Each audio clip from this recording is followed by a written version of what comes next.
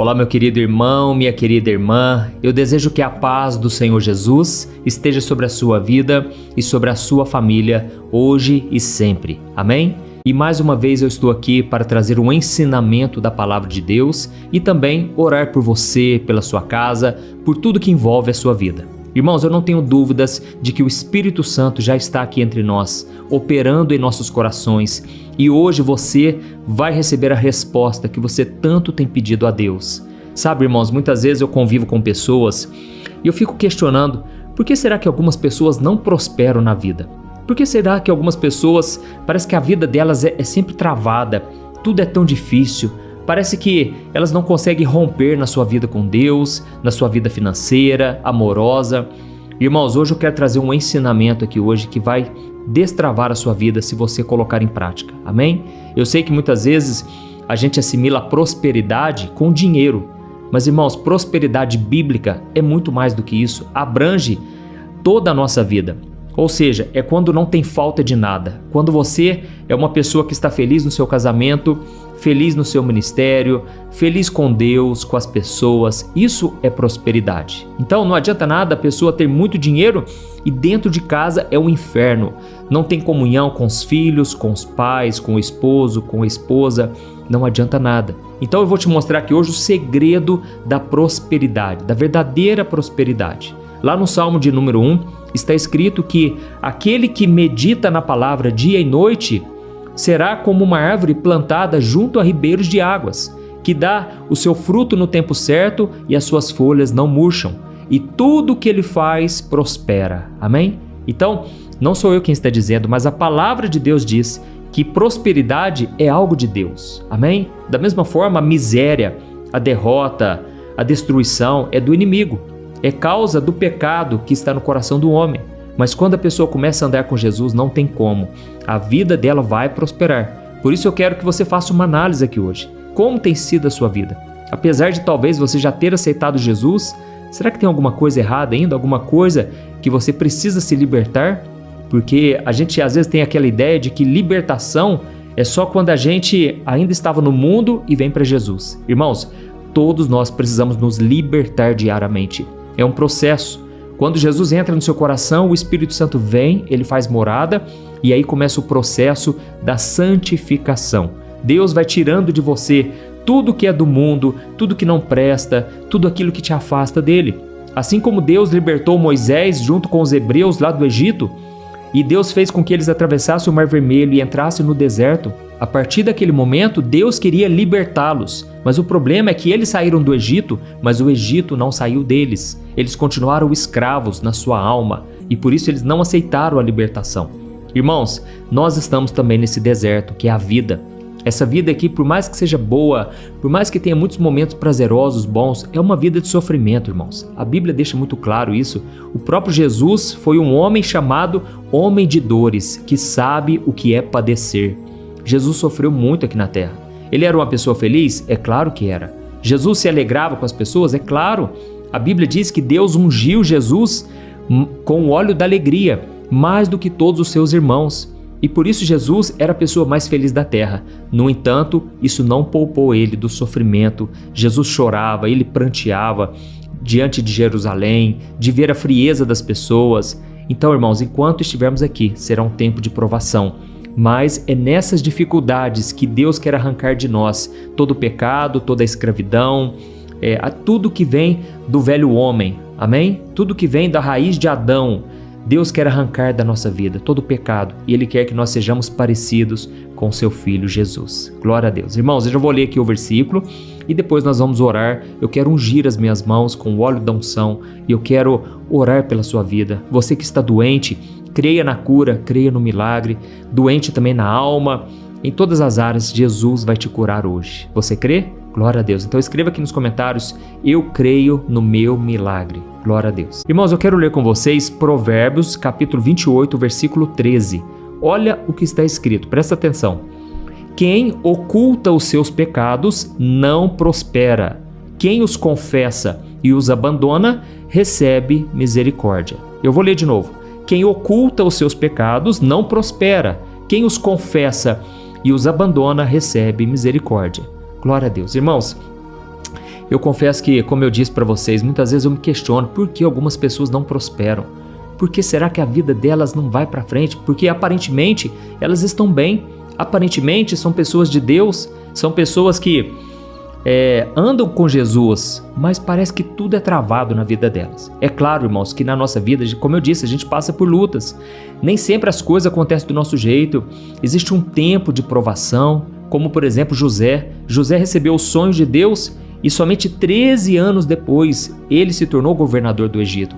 E durante esse período, até que as promessas se cumprissem, José passou pelo encarceramento, ele foi injustiçado, ele foi preso, jogado no poço pelos seus irmãos, vendido como escravo. Resumindo, quem olhava para José pensava, tem alguma coisa errada com esse menino. E na verdade não era, era o diabo querendo atrapalhar os planos de Deus na vida dele, querendo roubar a semente.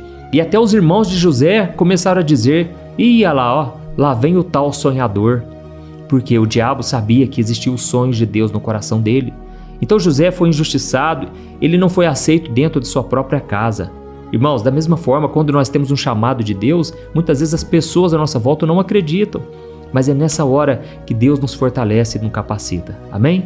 Só que aqui está dizendo assim, ó, quem oculta os seus pecados, ou seja, quem tenta esconder diante da sociedade, diante da igreja, diante de Deus, essa pessoa não vai prosperar, porque Deus conhece o nosso coração, irmãos, não tem como fugir.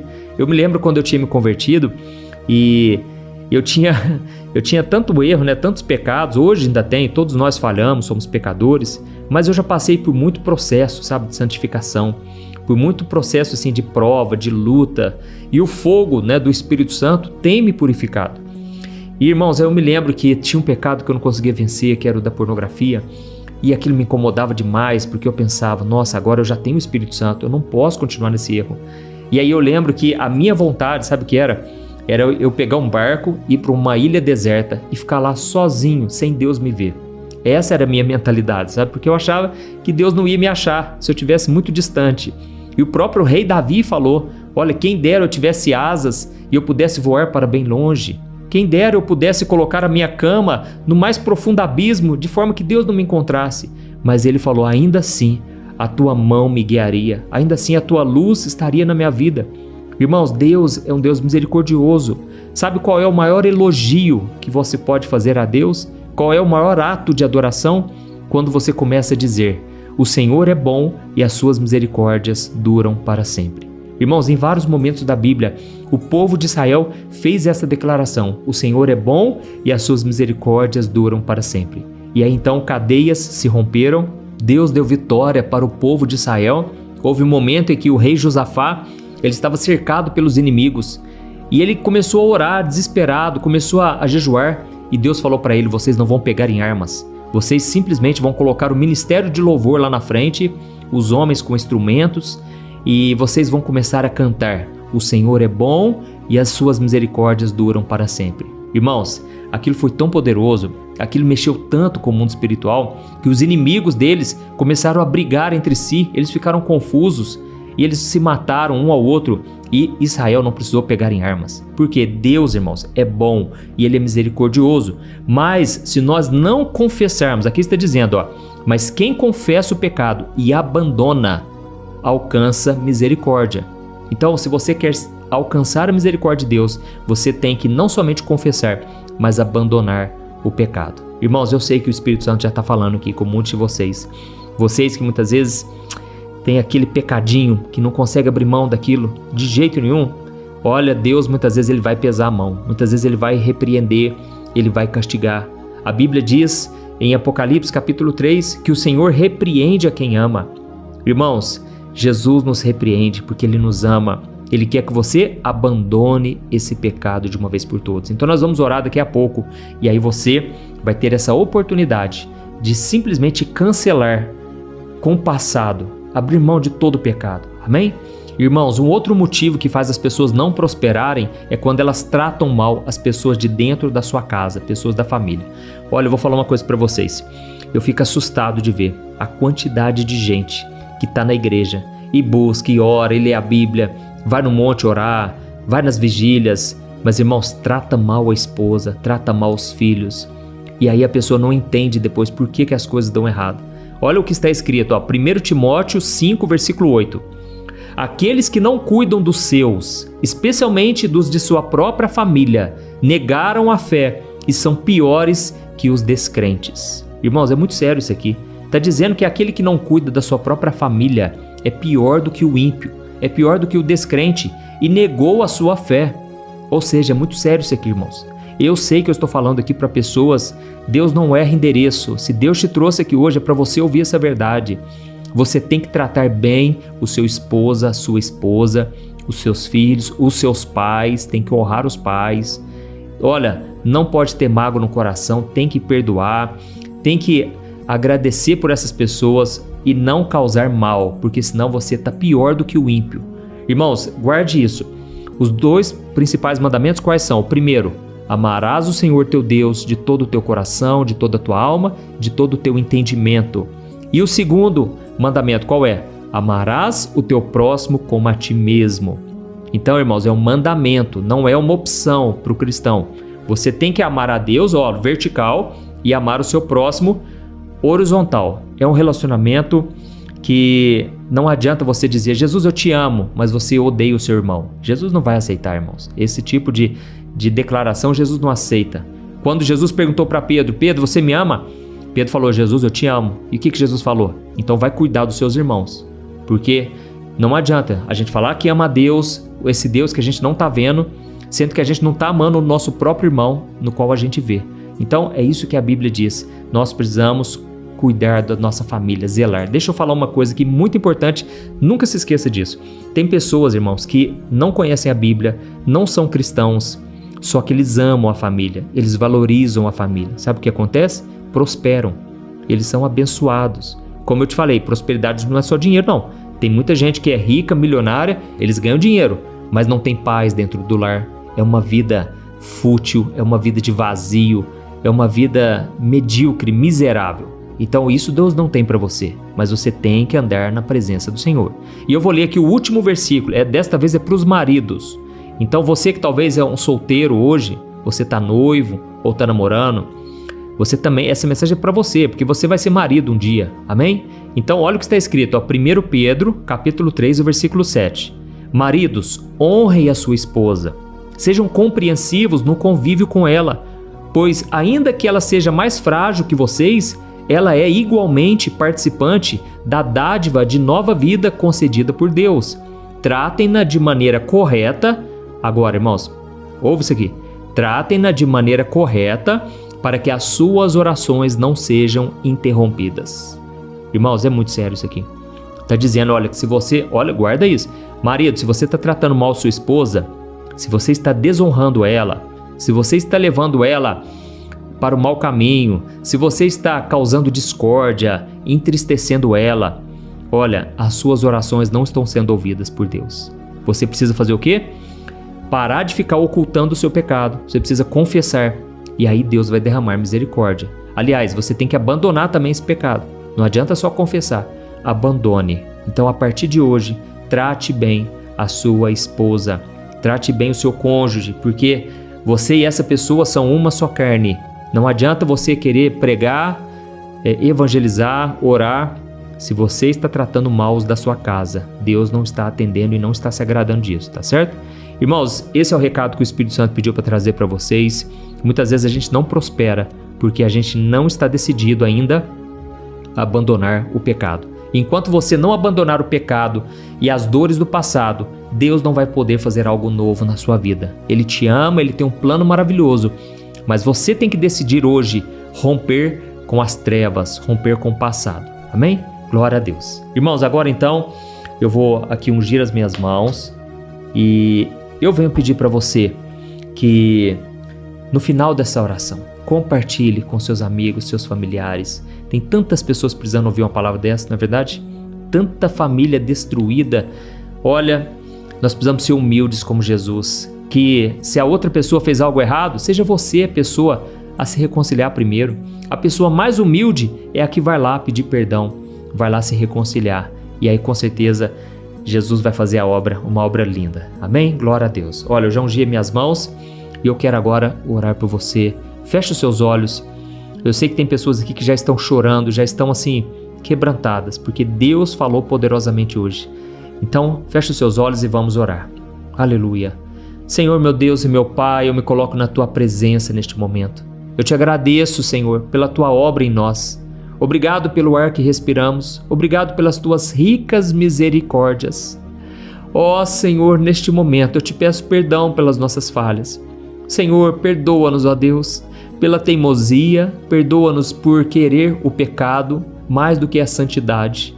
Perdoa-nos, Jesus, por muitas vezes andarmos fora da Tua presença. Senhor, meu Deus, recebe, Pai, a nossa oração hoje de arrependimento. Senhor, meu Deus, acampa os Teus anjos aqui ao nosso redor.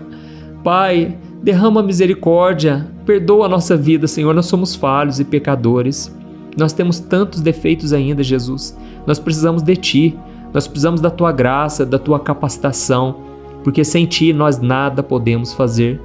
Ó Senhor, muitas vezes nós não prosperamos, porque nós estamos com o coração endurecido. Nós ainda não decidimos abandonar o pecado e queremos caminhar contigo e ao mesmo tempo caminhar com as coisas do mundo. Não tem jeito.